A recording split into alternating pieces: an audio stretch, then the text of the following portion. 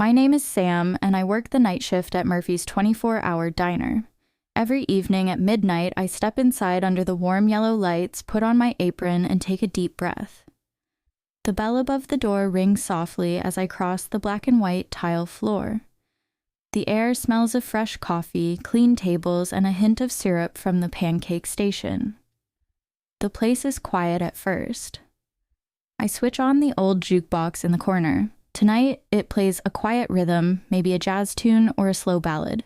It fits the mood, calm, easy, ready for the night. Then I unlock the coffee machine and begin my ritual. First, I wipe every table with a damp cloth. The counters sparkle. I check the syrup bottles, maple, strawberry, blueberry.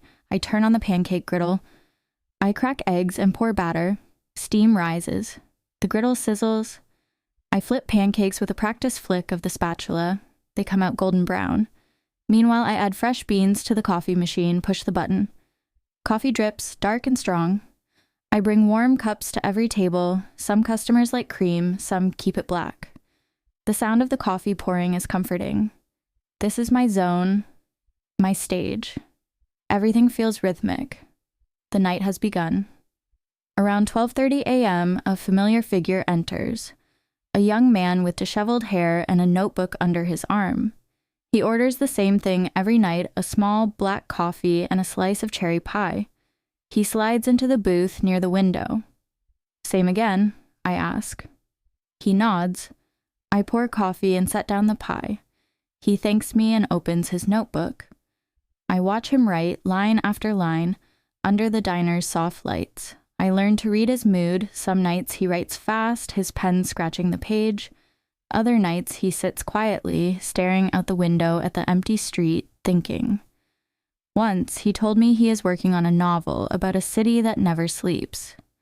I smile and ask, is it based on this diner? He smiled and said, maybe. He has been coming for weeks. I begin to notice small details. He draws a doodle beside every paragraph. He leaves crumbs in a neat line. He taps his pen when stuck. The pie's crust crumbs gather on the plate. I clear them quietly. His coffee cup refills itself again and again. We hardly speak. That is fine.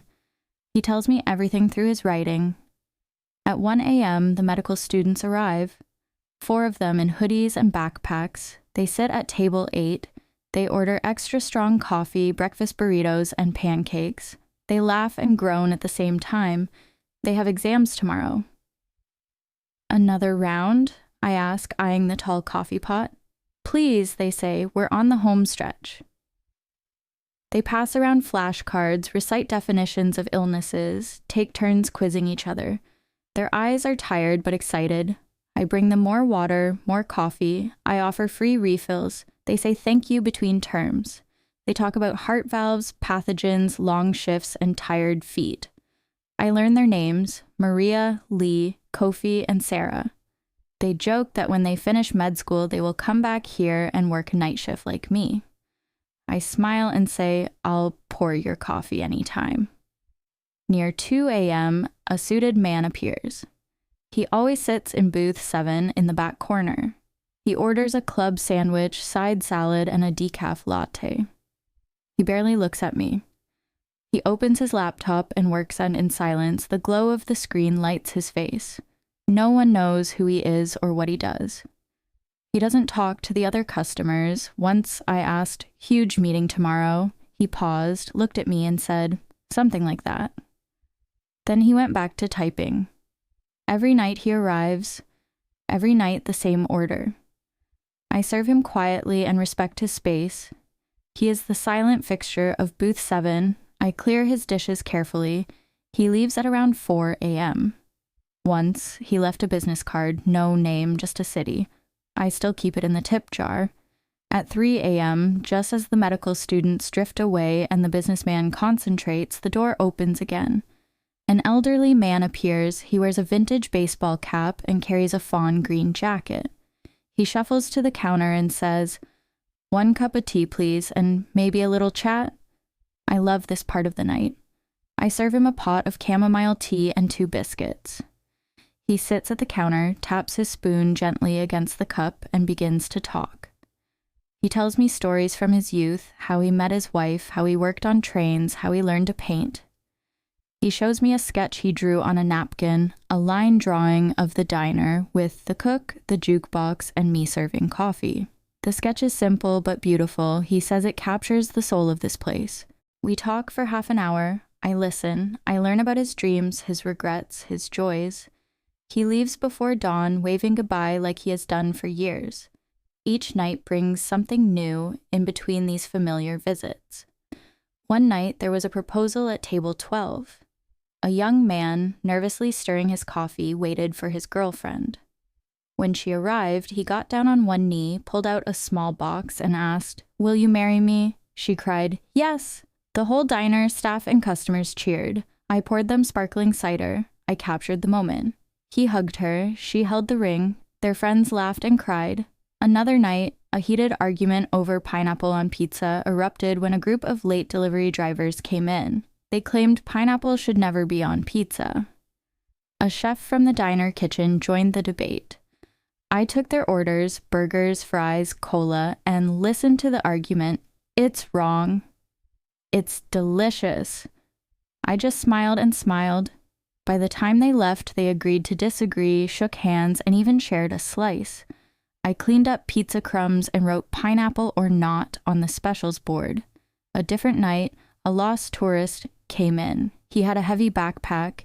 He asked for directions to a hostel 3 blocks away. His phone had died. I drew a simple map on a napkin, labeled the street names, drew the block layout, pointed north, and explained step by step. He said, "You saved me." I smiled and wished him a good trip. He tipped with a foreign coin I don't recognize. Between 4:30 a.m. and 5 a.m., the diner slows down. The jukebox quiets, only soft music plays, coffee cups empty, chairs stack behind booths. The baker who arrives at 5 opens the back door. I count cash tips, sweep the floor, polish the silverware. I fill sugar containers, stack plates, check milk levels in the fridge. I take a moment to stand at the window. Outside, the sky begins to brighten. The streetlights wink off, the city yawns awake. I hold the heyday of this diner in my mind, the characters, the small dramas, the laughter, the stories. I feel myself part of something bigger than myself, a passage of night filled with human connection. At exactly 6 a.m., the morning waitress arrives. She steps in, tying her apron. I pass the shift. "Night's mostly done. You've got breakfast rush coming." She nods. I hand over the notebook of special notes, the painter's sketch, the lost tourist map, the proposal photo in a printed Polaroid. I tell her who is likely to pop in if anyone asks. I unhook my apron, wash my hands, and step outside. The sun is rising, birds are singing. A morning bus stops nearby. A fresh day begins. I breathe deeply. "I'm Sam," I whisper. "I'll see you tonight."